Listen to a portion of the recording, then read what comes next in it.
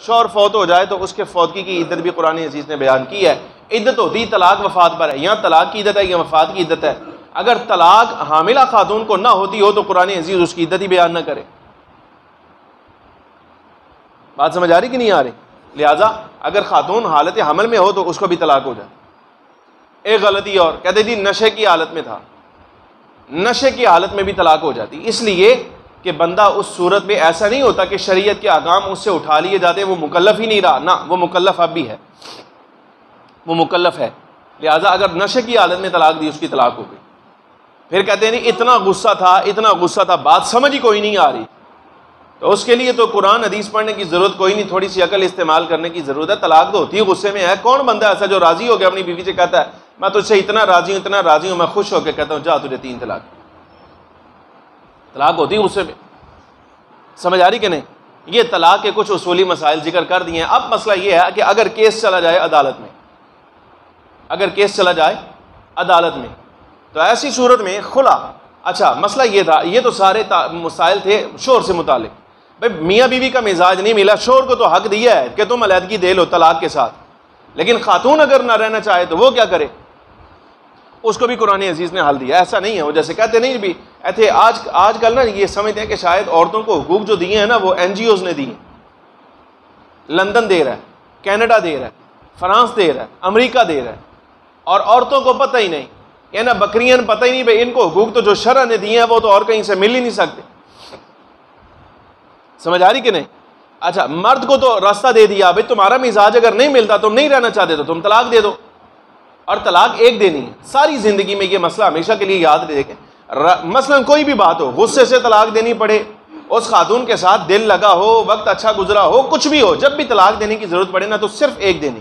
اگر تم نے نہیں رکھنا عدت کے بعد خود بخود نکاح ختم ہو جائے گا، وہ اپنی راہ تم اپنی راہ. 3 طلاقیں زبان پر کبھی لانی نہیں، یہ بات ہمیشہ کے لیے یاد کر. اچھا خاتون کو یہ حق دیا کہ اگر وہ نہیں رہنا چاہتی، اس کا مزاج نہیں، تو وہ عدالت میں کیس کرے. مثلا شوہر حق ادا نہیں کرتا، خرچ نہیں دیتا، یا بچوں کی ذمہ داری پوری نہیں کر رہا، یا مزاج کے طور پہ کوئی بھی اور سبب ہے، تو وہاں عدالت کے اندر خلا کا دعویٰ دائر ہوگا اور اس پر عدالت تحقیق کرے گی. عدالت تحقیق کرے گی. عدالت جاگ رہے ہو نا؟ ایسا نہ ہو اس پوری مسجد کے اندر میں جاگتا رہوں، باقی سارے آنکھیں کھول کے آرام کرتے رہیں. توجہ رہنی چاہیے. عدالت تحقیق کرے گی کس بات پر؟ کہ خاتون نے جو ریزن بتایا ہے آیا وہ ریزن ٹھیک ہے، شوہر واقعی حق نہیں ادا کر رہا.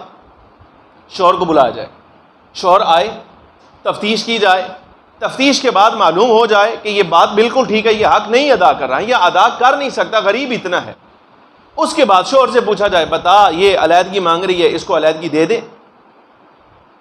اور شوہر اگر اب یہ 2 صورتیں آ گئیں، شوہر ہاں کرے گا یا نہ کرے گا.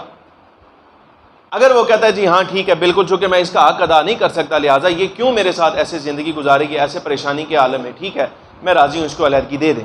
اس صورت میں عدالت جو علیحدگی لکھے گی وہ قابل قبول بھی ہوگی، یعنی شوہر کی رضامندی کے ساتھ وہ قابل قبول بھی ہے، اور وہ 1 طلاق بائنہ قرار پائے، اس سے 1 طلاق ہو جائے گی، نکاح فوراً ختم ہو جائے گا. ان کی صلح کی گنجائش پھر رہے گی، یہ کر سکیں گے، لیکن یہاں زبانی کلامی نہیں بلکہ نیا نکاح ہی کرنا پڑے گا باہر صورت. سمجھ آگی کہ نہیں آگے؟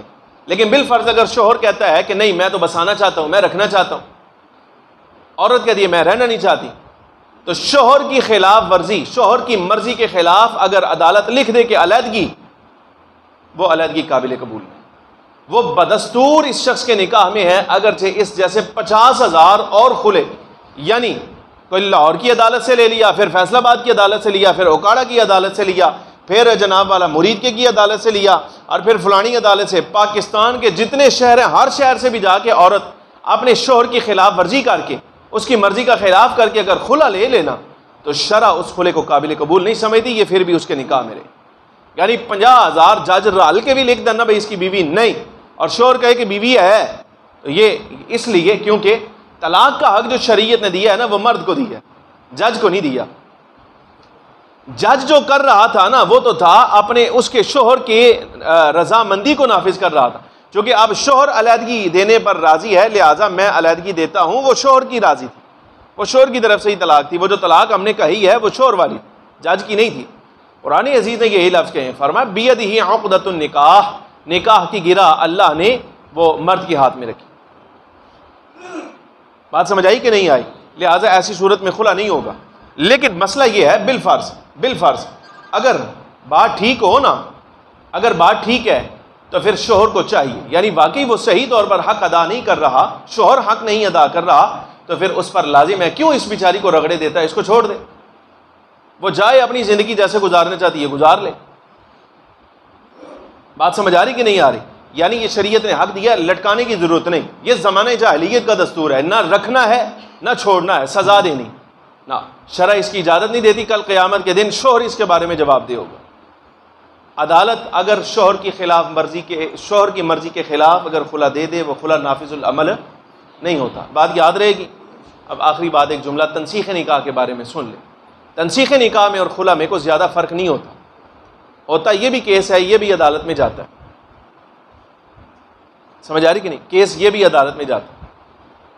لیکن یہاں طلاق کا انحصار شوہر کی مرضی پر نہیں ہوتا, یہاں تفتیش پر ہوتا ہے. جج تفتیش کرتا ہے.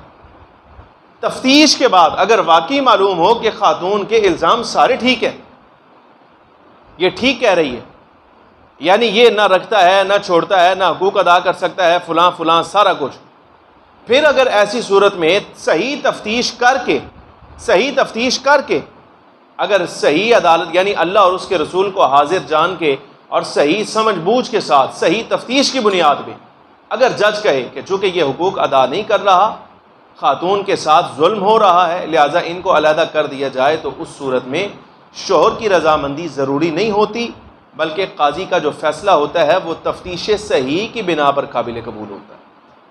یہ فرق ہے خلا میں اور تنسیخ نکاح میں. یعنی ایسی صورت میں نکاح ختم کیا جاتا ہے. لیکن ہمارے ہاں جو عام طور پر, اب میں آپ کو ایک جال سازی بتاؤں, پتہ کیا کرتے ہیں, چونکہ مسئلہ ہوتا ہے سارا کا سارا وکیل صاحب کے ہاتھ.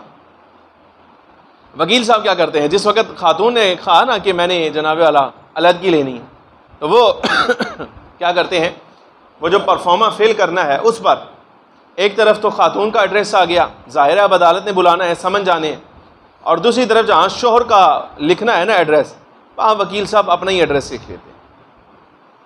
نام شوہر کا لکھا, ایڈریس اپنا لکھا, یا مثال کے طور پہ ایسے ہی فیک لکھ دیا, کوئی بھی انجان, وہ سمن کہیں اور جاتے رہے, شوہر کو پتہ ہی کوئی نہیں. اور ایسے بھی کیسز دیکھنے کے لیے آئے, خدا معاف فرمائے, کہ خاتون نے جناب 3 سال پہلے 4 سال پہلے خلا لے رکھی ہے, لڑائی ہوئی, اور لڑائی ہونے کے بعد کہا میں تو تیری بیوی ہے ہی نہیں ہے, دیکھ میں نے تو 4 سال پہلے تجھ سے علیحدگی لے لی تھی, 4 سال ساتھ رہی, کھایا پیا بھی ہے.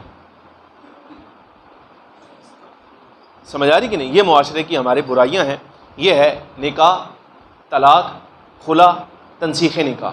خلاصہ کلام یہ ہے, شریعت کے جتنے اصول ہیں وہ سارے کے سارے جناب والا آپ کے مزاج کے اور عادات کے اور آپ کی ضروریات کے بالکل عین موافق اور قریب ہیں. آپ کو چاہیے آپ ان اصولوں کی موافقت کیجئے, انہیں سمجھنے کی کوشش کیجئے. اللہ تبارک و تعالی ہمیں عمل کی توفیق عطا فرمائے. میں نے 1.5 گھنٹہ آپ کا وقت دیا ہے, اللہ تبارک و تعالی آپ کو اس کی جزا دے. آپ نے وقت دیا, میں نے کوشش کی اصولی باتیں کرنے کی, وہ سمجھا دی ہیں. اس پر میری گفتگو ابھی پوری نہیں ہوئی, لیکن اصولی باتیں چونکہ آ گئی ہیں, مجھے امید ہے کہ ان سے مسائل کو ذہنی خلش جو تھی وہ حل ہو جائے گی. اللہ تبارک و تعالی جل وعلا جتنے احباب سجانے والے ہیں, بیٹھنے والے ہیں, سب کو جزائے خیر دے. معتکفین کے اعتکاف کو قبول فرمائے. امام صاحب ہیں, عمر خان صاحب ہیں, مسجد انتظامیہ, اللہ تعالیٰ سب پر اپنا کرم فضل فرمائے. وآخر دعوانا ان الحمد للہ رب العالمین.